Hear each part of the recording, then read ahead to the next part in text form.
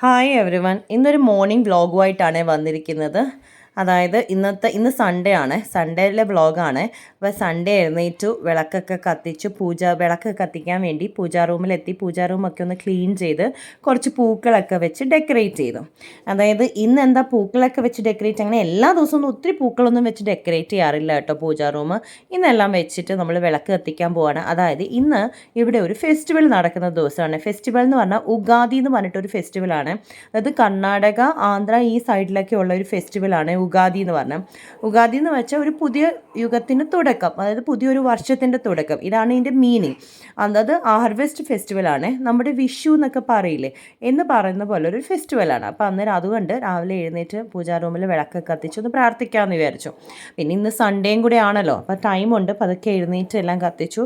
അതായത് ആക്ച്വലി ഇന്ന് ഇവിടെയൊക്കെ പബ്ലിക് ഹോളിഡേ വരുന്ന ദിവസമാണ്.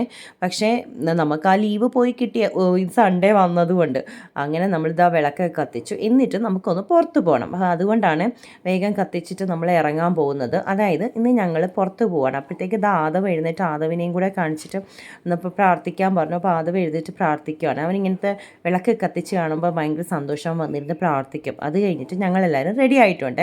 പെട്ടെന്ന് തന്നെ റെഡിയായി. എന്താണെന്ന് വെച്ചാൽ ഞങ്ങളെല്ലാവരും കൂടി ഒരു മൂവി കാണാൻ പോവാം. മൂവി കാണുമ്പോൾ തന്നെ അറിയാമല്ലോ ഇപ്പോൾ ഏത് മൂവി ആയിരിക്കും കാണാൻ പോകുന്നത്. അതെ, ആ മൂവി തന്നെ ഞങ്ങൾ കാണാൻ പോവാണ്. അപ്പോൾ മമ്മി റെഡി ആയിട്ടുണ്ട്. മമ്മിക്ക് ഇങ്ങനത്തെ മൂവീസൊക്കെ ഭയങ്കര ഇഷ്ടമാണ്. അപ്പോൾ ഇതാ ഞങ്ങൾ തിയേറ്ററിലേക്ക് ഓൾമോസ്റ്റ് എത്താറായി കേട്ടോ. 9 o'clock മോർണിംഗ് ഷോയ്ക്കാണ് ഞങ്ങൾ ബുക്ക് ചെയ്തിരുന്നത്.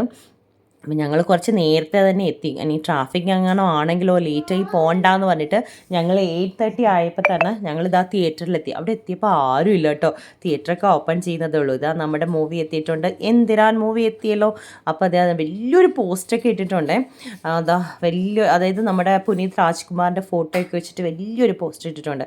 അപ്പോഴാണ് ഇതാ അവിടെ അടുത്തൊരു റിലീസ് കണ്ടത്. അതായത് നമ്മുടെ മമ്മൂട്ടിയുടെ ബസൂക്കായുടെ റിലീസ്. അപ്പോൾ നോക്കിയപ്പോൾ ഡേറ്റ് April 10th. ആ സമയത്തേക്ക് നമ്മൾ നാട്ടിലെത്തുമല്ലോ എന്നൊക്കെ ഞങ്ങളിങ്ങനെ പറഞ്ഞുകൊണ്ടിരിക്കുമായിരുന്നു. നാട്ടിലായിരിക്കും, അപ്പം നാട്ടിൽ പോയി കാണാം മമ്മി എന്നൊക്കെ ഞാൻ പറയുമായിരുന്നു മമ്മിയുടെ അടുത്ത്. അപ്പം ആരും ഇല്ല കേട്ടോ തിയേറ്ററിൽ. അപ്പം ഞാൻ വെച്ചു ആരും ഇല്ലേ മൂവി കാണാൻ. അതിൻ്റെ ഇടയ്ക്ക് ഒരു ന്യൂസൊക്കെ വന്നിരുന്നില്ല, അത് സ്റ്റോപ്പ് ചെയ്യാൻ പോവാന്നൊക്കെ പറഞ്ഞു. അപ്പം ഞങ്ങൾ ഇവിടെ ഇരുന്നിട്ട് ഞങ്ങളെല്ലാവരും കൂടി ഇരുന്നപ്പോഴാണ് ബ്ലാക്ക് ഡ്രസ്സ് ഇട്ടിരിക്കുന്നത്. ആക്ച്വലി ഞാൻ പ്ലാൻ ചെയ്ത് തന്നെ ബ്ലാക്ക് ഡ്രസ്സ് ഇട്ടേ കേട്ടോ. പക്ഷേ ആദവനും ആദ്യം അങ്ങനെ വന്നു പോയതാണ്. ആദ്യം എപ്പോഴും ബ്ലാക്ക് ഡ്രസ്സ് ഇട്ടത്. അപ്പം മമ്മി ചിരിക്കായിരുന്നു, നമ്മളെല്ലാം എന്താ ബ്ലാക്ക് ഡ്രസ്സ് ഇട്ടേ, മമ്മി ബ്ലാക്ക് ബ്ലൗസ്. അപ്പം ഞാൻ പറഞ്ഞു എമ്പുരാൻ കാണാൻ വരണമെങ്കിൽ നമ്മൾ ബ്ലാക്ക് ഡ്രസ്സ് തന്നെ. അത് നമ്മൾ ഏത് മൂവി കാണാനാ വന്നേ? എന്ത് മൂവിയാ?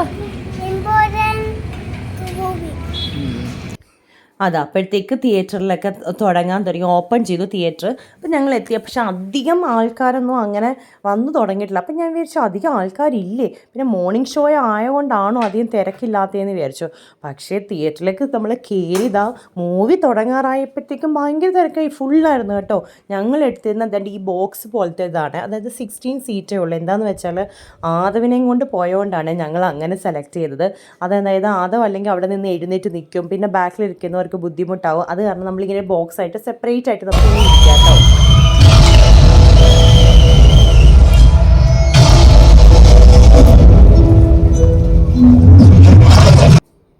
ഇതാണ് നമ്മൾ PVR പോലത്തെ മൂവി തിയേറ്ററൊക്കെ സെലക്ട് ചെയ്ത് കഴിഞ്ഞാണ്ടല്ലോ അവിടെ ഭയങ്കര സൈലൻ്റ് ആയിരിക്കുമേ. അതായത് ആൾക്കാരും സൗണ്ട് ഉണ്ടാക്കില്ല. ഇത് കണ്ടോ മോഹൻലാലിൻ്റെ ആ സീൻ വന്നപ്പോഴത്തേക്ക്, ഇതാണ് മോഹൻലാലിൻ്റെ ഫസ്റ്റ് സീൻ, മോഹൻലാലിനെ കാണിക്കുന്ന ഫസ്റ്റ് സീനാണ്. ഈ സീൻ വന്നപ്പോഴത്തേക്ക് അവിടെ ആൾക്കാരൊക്കെ ഭയങ്കര കൂവലും കയ്യടിയും ബഹളവും വിസിൽ ചെയ്യലും ഒക്കെ ആയിരുന്നു.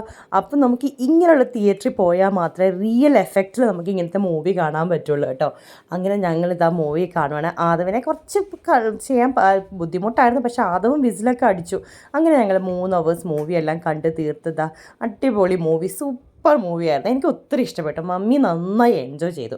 അങ്ങനെ ഞങ്ങൾ മൂവിയൊക്കെ കഴിഞ്ഞ് തിരിച്ച് വീട്ടിലെത്തിയത് കണ്ടോ. ഇവർ കണ്ട വേപ്പിലയും മാവലയും വെച്ചിട്ട് ഇങ്ങനെ വീട് ഡെക്കറേറ്റ് ചെയ്തു. ഞങ്ങളുടെ ഓപ്പോസിറ്റ് വീടാണ്, അവർ ഡെക്കറേറ്റ് ചെയ്തിരിക്കുന്നുണ്ട്. നല്ല രസമാണ്.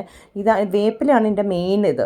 അത് കഴിഞ്ഞപ്പോൾ ഞങ്ങൾ വീട്ടിലെത്തിയപ്പോൾ അവരവരുടെ സ്വീറ്റ് ഡിഷും കൊണ്ട് വന്നിട്ടുണ്ട്. നമ്മുടെ എന്താ പറഞ്ഞ ഒബ്ബട്ട്, ഇതാണ് ഭയങ്കര ടേസ്റ്റിയാണ് അവരുണ്ടാക്കുന്ന ഒബ്ബട്ട്. ആ ഓപ്പോസിറ്റ് വീട്ടിൽ ആൻറ്റി തരുന്ന ഒബ്ബട്ടാണ്, ഭയങ്കര ടേസ്റ്റിയായി. ഈ സാധനം ഭയങ്കര ടേസ്റ്റുള്ള ഫുഡാണ്.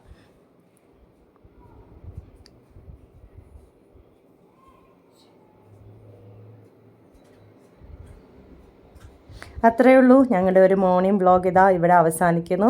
എല്ലാവരും സബ്സ്ക്രൈബ് ചെയ്യണം, ലൈക്ക് ചെയ്യണം, കമൻറ്റ് ചെയ്യണം. താങ്ക്